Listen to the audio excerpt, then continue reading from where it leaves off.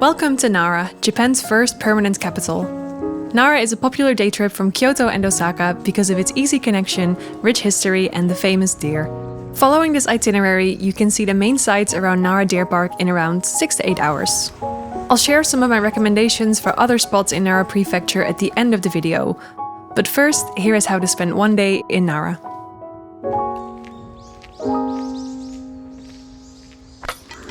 I planned this itinerary to loop around the park, stopping at some of the main sites, getting some food, and taking you back to the train station in the late afternoon. Depending on where you're traveling from, your day will start at JR Nara Station or Kintetsu Nara Station. Both are relatively close to Nara Deer Park and both offer luggage storage. Do try to get to Nara before 10 AM to make the most of your day here. If you arrive at JR Nara Station, you can pay a quick visit to the Tourism Information Center, which offers free booklets about the area, the shrines, and the temples. It also offers omikuji, a special form of fortune-telling. You shake the box with the sticks until one of them falls out. The stick has a number on it, which you can then match to the ones on the drawers. What's special about this one is that it includes a lucky spot in Nara that you can visit during your day here. Not far from both stations, you can also find a lovely local coffee shop called Rokumei Coffee. They have delicious flaky croissants and fresh coffee that's roasted locally here in Nara. If you need a coffee before you start your day like me, be sure to stop here first. On the crossing of Higashimuki Shopping Street and Sanjo-dori, you can find the viral mochi pounding shop. Multiple times a day, they make fresh mochi with a special mochi pounding technique called mochi tsuki. Because the videos of this shop have gone pretty viral over the years, the crowds during the mochi pounding get uncomfortably busy. It's much better to skip it and come back afterwards, so you can still try the fresh mochi once the crowds have died down. When we tried it, the mochi was still warm and very soft, and the powder gave it a slightly nutty taste. Normally, I would suggest starting your sightseeing in Nara at Sarusawa Ike Pond to see the reflection of the pagoda behind it. However, since the pagoda is currently being renovated, there's not much to see there at the moment. Renovations are expected to last until 2031, so for now you can skip it. Just head up the steps and go straight onto the Kōfuku-ji Temple grounds. Kōfuku-ji Temple is one of Nara's 8 UNESCO World Heritage Sites. The original central golden hall at Kōfuku-ji Temple was destroyed in a fire almost 300 years ago, but it has since been reconstructed to its original size. The temple grounds can be visited for free, but there is a small entrance fee for entering the buildings, including the Central Golden Hall, the Eastern Golden Hall, and the National Treasure Museum. Take your time exploring the temple grounds while slowly making your way towards our next stop, Nara Deer Park. The beautiful sika deer are one of the things Nara is most popular for, and you'll probably will have seen a few already by the time you get to the park. There are over 1,400 of them in Nara. Around the park, you'll find lots of vendors selling shika senbei, or deer crackers, which you can buy to feed them. Funnily enough, the deer in Nara have learned to bow to visitors. In Japanese culture, bowing is a form of showing respect, and many deer will return the favor in exchange for one of these tasty crackers. Give it a go once you get to the park. Chances are the deer will bow back. While the deer do look adorable, please remember that these are wild animals. Yes, they've grown accustomed to tourists and posing for pictures, but they can still get aggressive, especially during mating season. Please be mindful of the animals and treat them with respect. Also, make sure you don't feed them anything but the crackers. You don't want them to get sick.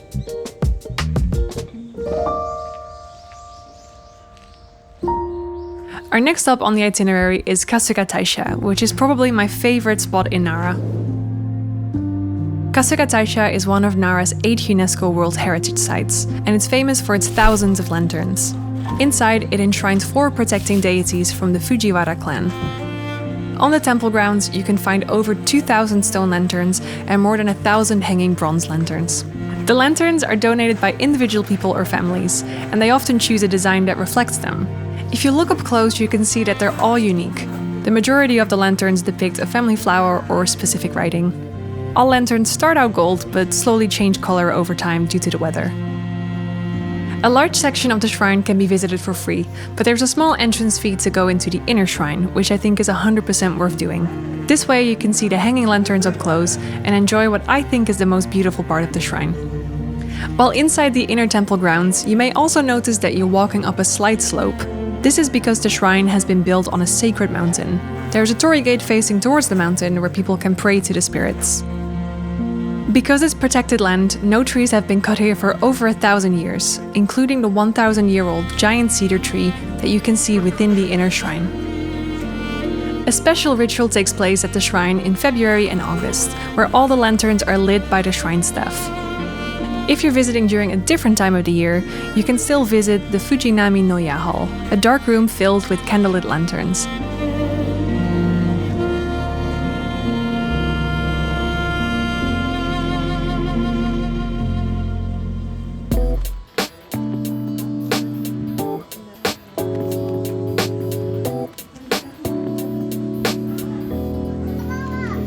For lunch, you can stop at a local restaurant with a beautifully thatched roof in the forest near the shrine.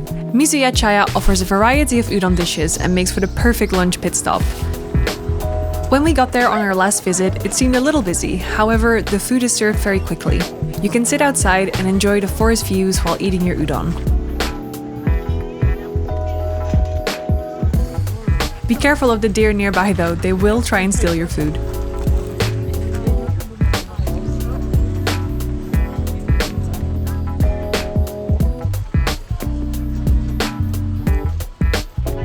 After lunch, you can walk back through the deer park towards Tōdai-ji Temple. This area is one of the busiest in Nara and it can get pretty crowded during the day. The street that leads towards Tōdai-ji is lined with shops and filled with deer begging tourists for crackers. This is one of the main reasons to try and stay overnight if possible. If you get there early in the morning before the day trippers arrive, you'll almost have the entire place to yourself. Just compare these shots. One was taken in the afternoon and one was taken in the morning. Walking towards Tōdai-ji, you'll first pass Nandaimon Gate, which translates to Grand Southern Gate. Being the largest wooden gate in the country, it's no wonder it leaves us in awe every time we visit. It was built over 800 years ago and it still stands strong today. Tōdai-ji, or Great Eastern Temple, is of course another UNESCO World Heritage Site and one of Nara's most famous landmarks. It used to be the largest wooden structure in the world until 1998, and yet it's still incredibly impressive to see up close. The building is entirely made out of wood, not even nails were used in its construction. The Great Buddha Hall inside Tōdai-ji houses one of the largest Daibutsu-san, or bronze Buddha statues in the world. It reaches 49 meters in height.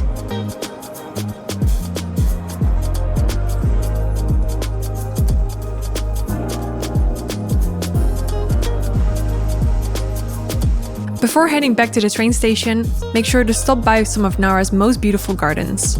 Isuien and Yoshikien Garden are both located pretty much next to each other. While Isuien Garden is the most popular of the two, it does require you to pay a pretty steep entrance fee.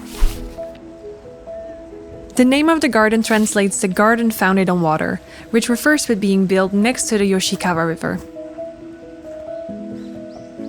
The garden is pretty large, so you can easily spend an hour or so walking around and exploring the different routes.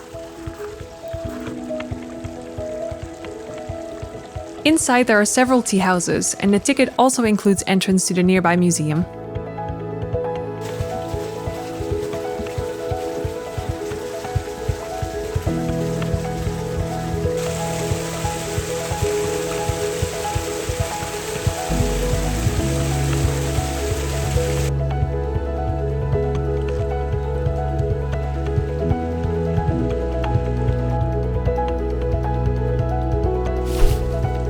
The other garden, Yoshikien Garden, is located next to Isuien.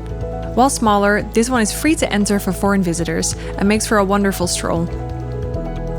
It was built in the year 1919 and is home to a pond garden, moss garden, tea ceremony garden, and a traditional wooden tea house.